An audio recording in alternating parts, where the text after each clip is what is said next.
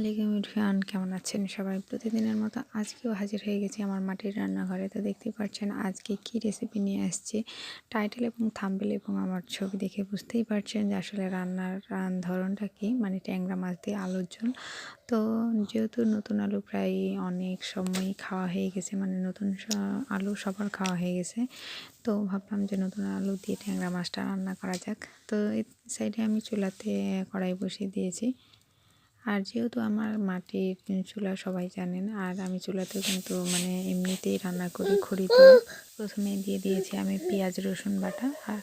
আর এই পেঁয়াজ রসুন বাটা আমি ভালোভাবে ভেজে নিব যতক্ষণ না লাল লাল আঁচ হয়ে যাচ্ছে। তো এই তো তেল দিয়ে দিব আমি। তেল দিয়ে ভালোভাবে পেঁয়াজটাকে ভেজে নেব। তো এই সাইডে আমি আদা আর জিরা বাটা একটা বাটিতে বেটে রেখে দিয়েছি, মানে এইরকম করে আমি রেখে দিই, এটা রান্নাঘরে রেখে দিই। এরকম আমার অনেকগুলো বাটি আছে যেগুলো আমি ফ্রিজে রাখি। তো যাক, আমার শাশুড়ি বেটে দেন আমাকে, আর আমি ফ্রিজিং করে রাখি। তো ভালোই লাগে যখন প্রসেসিং করা জিনিসগুলো পাওয়া যায় হাতের কাছে। তো যাক, উনিও বৌমার সুবিধা বুঝে। তো এই সাইডে যেহেতু আদা জিরা বাটা আমার সম্পূর্ণ বাটা আছে, সেই জন্য আমাকে বাটা লাগে না। আর এই সাইডে আমি দিয়ে দিচ্ছি রান্না পেঁয়াজের উপরে কিন্তু আমি লবণ, কারণ লবণ দিলে কিন্তু পেঁয়াজটা তাড়াতাড়ি ভাজা হয়। এই জন্য আমি বাটা লবণে পেঁয়াজটা দিয়ে দিচ্ছি, দিয়ে ভালোভাবে পেঁয়াজটাকে ভেজে নেব। আর পেঁয়াজটা যত আপনি ভালোভাবে ভাজবেন তত মানে মশলার গন্ধটা থাকবে না, মানে পেঁয়াজের একটা যে আলাদা গন্ধ আছে সে গন্ধটা থাকবে না।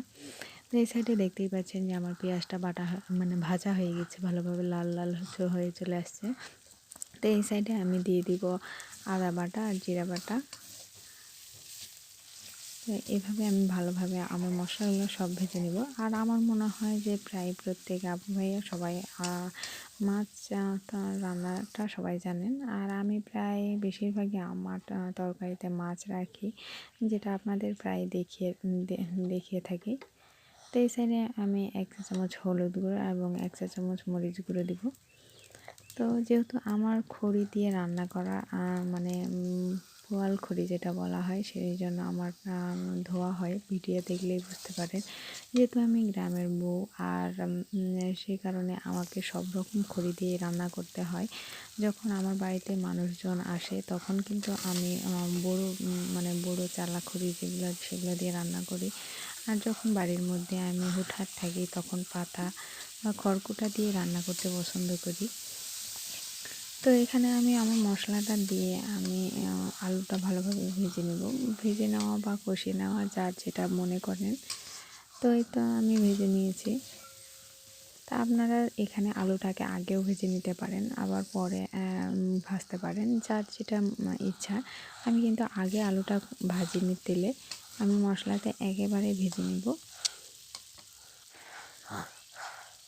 তো এভাবে মশলাটা এবং আলুটা ভেজে নিতে পারেন বা আগে ভেজে নিতে পারেন, যে যেরকম ইচ্ছা। তো আমার মনে হয় যে আমি একবার কিন্তু এক এক রকম করে রান্না করি। তো আসলে আমার বাবু আছে পাশে, যে কারণে আমি মানে আমার ভয়েস দিতে একটু সমস্যা আছে। আমার প্রায় ভিডিওতে কিন্তু আমার বাবু কণ্ঠ পাওয়া যায়, কারণ সে আমার পাশে থাকে, যে কারণে আমি ভয়েস দিতে পারি না খুব ভালোভাবে। তো এই যে অল্প অল্প করে পানি দিয়ে আমি ভালোভাবে আমার মশলা সহ আলুটা কষিয়ে নিব। তো দেখতেই পাচ্ছেন এই যে আলু কষানোর পর তেলটা কিন্তু উপরে উঠে আসছে। আর এইভাবে হাত দিয়ে অল্প অল্প করে ঘুরিয়ে পানি দিলে কিন্তু মশলার তেলটা কিন্তু আগেই ভেসে ওঠে, আর প্রসেসটাও ভালো হয়। তো আপনারা ওইভাবে ট্রাই করে দেখবেন। তো এই তো দেখতেই পাচ্ছেন আমি মশলা সহ আমার মাছটা ভালোভাবে কষিয়ে নিচ্ছি। কষিয়ে নিয়ে আমি রান্না করে নিব।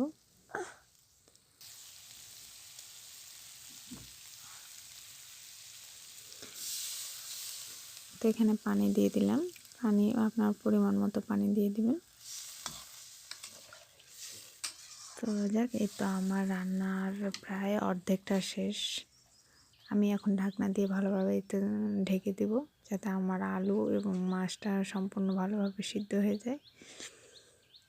তো আসলে দেখতেই পাচ্ছেন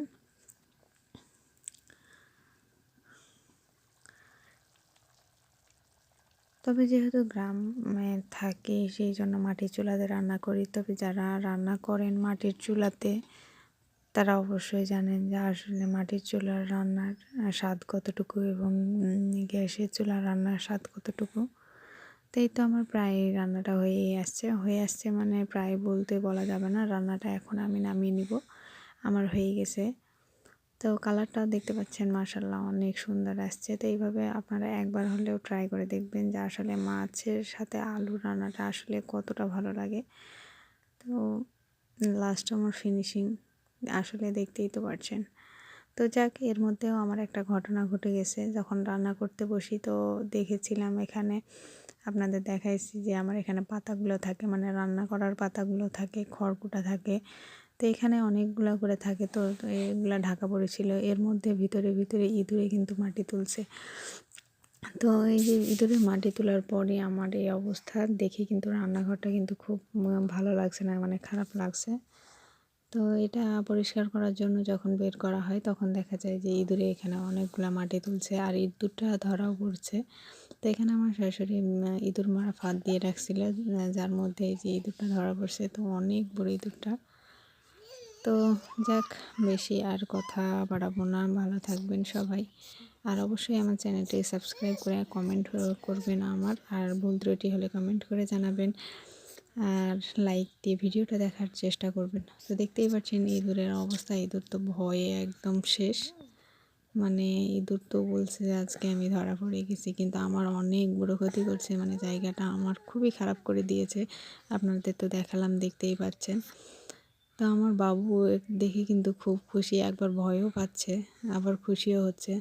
তো আসলে ইঁদুরটা ধরা পড়াতে আমিও খুশি, কারণ আমার অনেক কিছু নষ্ট করে ফেলে দিচ্ছিল। তো যাক, শেষ পর্যন্ত ধরা পড়েছে। তো ভালো থাকবেন। আসসালামু আলাইকুম।